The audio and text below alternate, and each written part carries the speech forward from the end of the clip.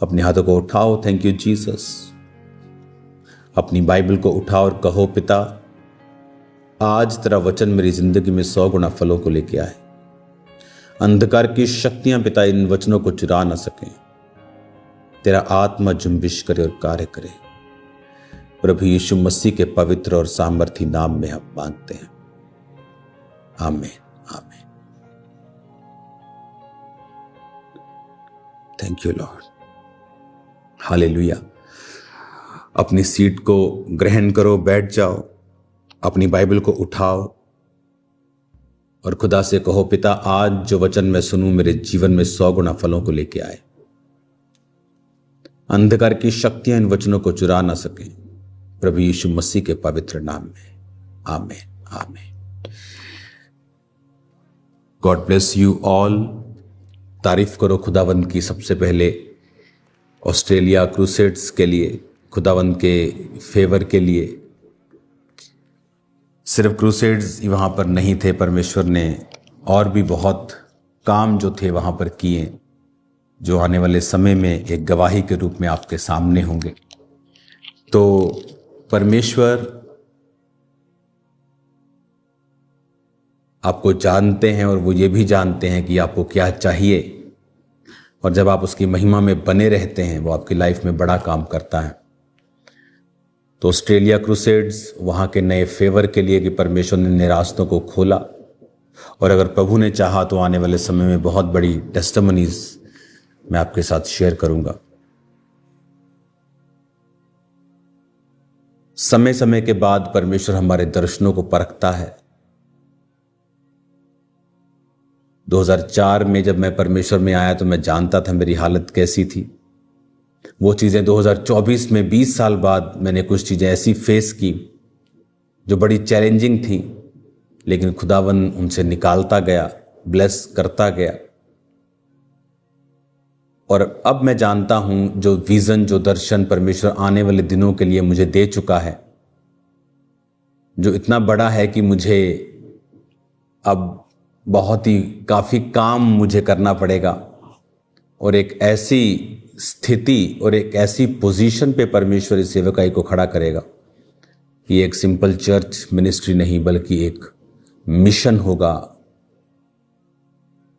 Big main line जगहों के ऊपर परमेश्वर हमको खड़ा करेगा। उसके विषय में परमेश्वर ने मुझसे बात की, मुझे विजन दिया, दर्शन दिया, आगे किस तरह से मुझे जाना है। क्योंकि बाइबल में लिखा है जब जब परमेश्वर फिर आपको परखता है वो आपको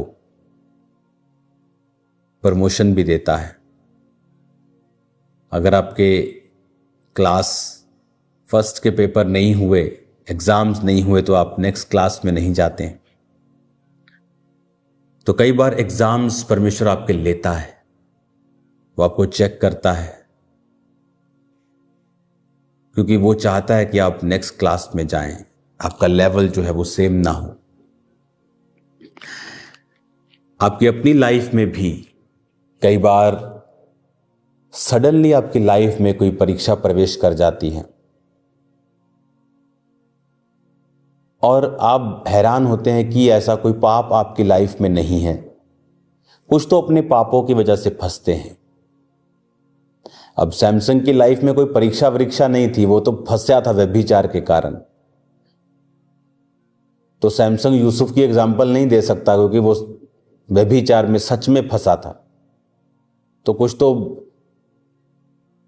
पाप की वजह से फंसे हैं, लेकिन कुछ लोग परमेश्वर में आगे बढ़ने की वजह से परीक्षाओं में जाते हैं।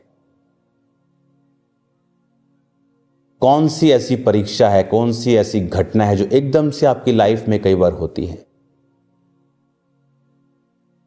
आप देखते हैं कि आपको ये क्या हो रहा है, ये मेरी लाइफ में ऐसा क्यों हो रहा है, और मेरे साथ ही ऐसा क्यों हो रहा है? क्योंकि आप एक ऐसी मूवी के हीरो हैं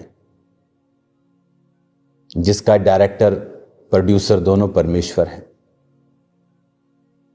और सबसे कठिन रोल, सबसे लायक हीरो को दिया जाता है कुछ लोग कंप्लेंट करते हैं कि मेरी लाइफ में ऐसी परीक्षाएं क्यों, सबके बच्चे हो रहे हैं लेकिन मेरी लाइफ में ये ऐसा बड़ा हवा क्यों बन गया है, सबकी लाइफ में ये ब्लेसिंग, मेरी लाइफ में ऐसा क्या हो रहा है जो आराम से चीजें होनी चाहिए नहीं हो पा रही हैं। क्योंकि परमेश्वर आपको बढ़ाना चाहता है। अगर कुछ ऐसा हो रहा है जो ऑर्डिनरी नहीं है तो कुछ ऐसा पॉजिटिव भी आपकी लाइफ में होगा जो ऑर्डिनरी नहीं, सुपर नेचुरल होगा आपकी लाइफ में। आप अपने परिवार को, अपनी वाइफ, अपने बच्चों को, अपने हस्बैंड को मसे में बढ़ता हुआ देखेंगे। आप नए रास्तों को आप खुलता हुआ देखेंगे। आप एक जिम में जा रहे हैं, आप 50 kg वेट उठाते हैं, आप रोज 50 kg उठाएं, आपको कोई प्रॉब्लम नहीं। लेकिन जिस दिन आपने डिसाइड कर लिया कि I am going to the next level 75 kg, आपकी बाजुएं कहेंगी बस, मसल्स टूटेंगे, खल्लियां पड़ेंगी, शरीर दुखी होगा। कुछ देर दुखी रहेगा लेकिन बाद में वो काबिल होगा कि वो 75 kg आराम से उठा पाएगा। सो नेक्स्ट लेवल पे जाने से पहले परमेश्वर आपके वेट को, आपके ऊपर बोझ को बढ़ा देता है। जो व्यक्ति तो समझ जाते हैं कि ये चीज स्पिरिचुअल है और परमेश्वर की ओर से है, वो प्रार्थना में लग जाएंगे, फास्टिंग में लग जाएंगे, वेट करेंगे परमेश्वर की। धन्य है वो जो यहोवा पर भरोसा रखता है। जो यहोवा की बाट जो होते हैं वो नया बल प्राप्त करते जाएंगे। वचन को वो अपना आसरा बना लेता है। हर चीज वचन से वो ढूंढता है। वचन ही उसका आसरा है। संसार में उसको कोई भी होप नजर नहीं आती। Sometime some things are like hopeless, कि होपलेस हो गई हैं कुछ चीजें। बट आपको तब परमेश्वर के साथ जुड़े रहना होता है। जब तूफान आता है तो जस्ट आपको फिर जुड़े रहना होता है, लगे रहना होता है प्रेशर के बावजूद भी, और फिर वही टहनी को फल लगते हैं। आपको फल लगने वाले हैं यीशु मसीह के नाम में। परमेश्वर में बने रहें, परीक्षाओं में दुखी ना हो। एक वचन मैं आपके लिए पढ़ूंगा, नीति वचन 3 उसकी 17 आयत में लिखा, उसके मार्ग आनंददायक हैं, उसके सब मार्ग कुशल के हैं। जो बुद्धि को ग्रहण कर लेते हैं उनके लिए वो जीवन का वृक्ष बनती है। जो उसको पकड़े रहते हैं वह धन्य हैं। परमेश्वर ने कहा उसके मार्ग आनंददायक हैं। कुछ देर की परीक्षा के बाद सदा का आनंद है। कुशल वाले मार्ग हैं। लिखा जो बुद्धि ग्रहण करते हैं उनके लिए वो जीवन का वृक्ष बनती है।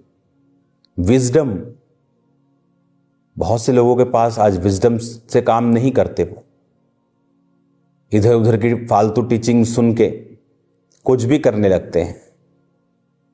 कोई टाइट देना बंद कर देता है, कोई प्रेयर करना बंद। परमेश्वर तो मेरे दिल में है।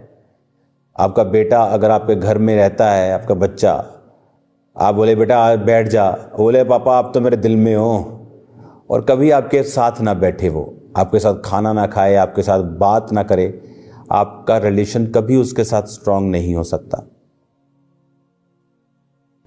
आप जितने मर्जी अच्छे हों, अगर आप अपने बच्चों के साथ समय नहीं बिताते, उनके साथ जुड़ते नहीं हैं, आप कभी उनके साथ क्लोज नहीं हो सकते। चाहे आप जीसस के नाम में बहुत ही ब्लेस्ड हों, बड़े अच्छे हों, तब भी नहीं। आपको वो पर्टिकुलरली वो काम करना पड़ता है। हालेलुया। बुद्धि से लिखा, जो बुद्धि को ग्रहण करते वो जीवन का वृक्ष बनती है। जो परमेश्वर की बुद्धि चलते वो जीवन का वृक्ष बन जा, उसमें सब कुछ आ जाता है। आप प्रभु के साथ समय नहीं बिताते, दूर से उसको हेलो हाय कर लेते हो कि आपने सुन लिया था जीसस तो दिल में होना चाहिए, आप सफर करते हैं। एक व्यक्ति को जिसको टाइथ की वैल्यू मालूम है, बोने की वैल्यू मालूम है, जब वो उस कामों में लगातार करता है उसको पता है रिजल्ट आएगा। मेरी लाइफ में बहुत रिजल्ट आए हैं। आप कुछ प्रार्थना का उत्तर मेरी लाइफ में 10 साल बाद आया, लेकिन इसका मतलब ये नहीं कि वो प्रार्थना का उत्तर नहीं दे रहा था प्रभु, वो लिख रहा था। वो कईयों की लाइफ में आप भले काम करते हैं, उनका असर आपको देर बाद आता है, लेकिन वो आता है। इसलिए इंकरेज्ड रहें, उत्साहित रहें, निराश ना हो, दुखी ना हो, क्योंकि बिग रिजल्ट उन लोगों के लिए है। आप परमेश्वर में बने रहेंगे, खड़े रहेंगे, आप सेम नहीं रहेंगे। लिखा, बुद्धि को जो ग्रहण करते हैं वो जीवन का वृक्ष बनती है, जो उसको पकड़े रहते हैं वह धन्य हैं। बुद्धि को पकड़े रहना मतलब, मैंने एक वचन सुना, उसको मैंने पकड़ा कि ये बुद्धि है। बोना बुद्धि है, प्रार्थना बुद्धि है। पकड़े रहते हैं तो वो धन्य हैं। अब अगर आप धन्य शब्द को पढ़ेंगे, अगर आप इब्रानी भाषा में इस धन्य शब्द को पढ़ेंगे तो आपको ये समझ आएगा। नीति वचन 3 उसकी 18 आयत में लिखा, and happy is every one that retaineth her. Happy, Asher, prosper लिखा, रिलीव, कि जो बुद्धि को पकड़े रहेंगे वो रिलीव हो जाएंगे। कहते हैं ओह, शांति आ गई लाइफ में, ये इस मुसीबत से प्रभु ने मुझे छुड़ाया, मुझे रिलीफ मिल गया। फाइनेंशियल कंडीशन से प्रभु ने छुड़ाया, मुझे रिलीफ मिला। प्रॉस्पर, ब्लेस्ड, प्रॉस्पेरिटी कहता आएगी अगर बुद्धि को पकड़े रहोगे तो। तुम ब्लेस्ड होंगे, तुम धन्य होंगे, हैप्पी होंगे। रिलीफ, जैसे एक औरत जब बच्चा जन्म लेती है उसे रिलीफ मिलता है, उसे लगता है कि दुनिया की सबसे बड़ी काम करके वो रिलीफ उसको फील होता है।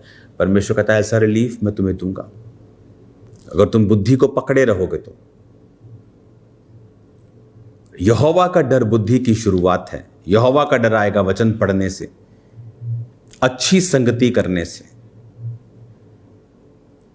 आपके आसपास आपके दोस्त, आपकी चर्च यहोवा के भय में चलने वाली होनी चाहिए। अपने हाथों को उठाओ, मेरे साथ प्रार्थना करो। पिता, आज से मैं तेरे वचनों पे चलूंगा, तेरा भय मेरे अंदर रहेगा। आज से मैं अपना जीवन आपको देकर वायदा करता हूं कि वचनों के मुताबिक मैं चलकर जो तेरी बुद्धि ने कहा है उसे पूरा करूंगा। मुझे आशीषित कर, मैं जीवन के वृक्ष से आशीषों को लेने पाऊं। जितने बीमार हैं वो यीशु के नाम में चंगे हों। सब रोग यीशु के नाम में आपको छोड़ के जाएं और आप आशीषित हों और कभी सेम ना रहें। आपके लेवल कभी भी सेम ना रहें। आज से मैं आपको ब्लेस करता हूं यीशु के नाम में, आमीन।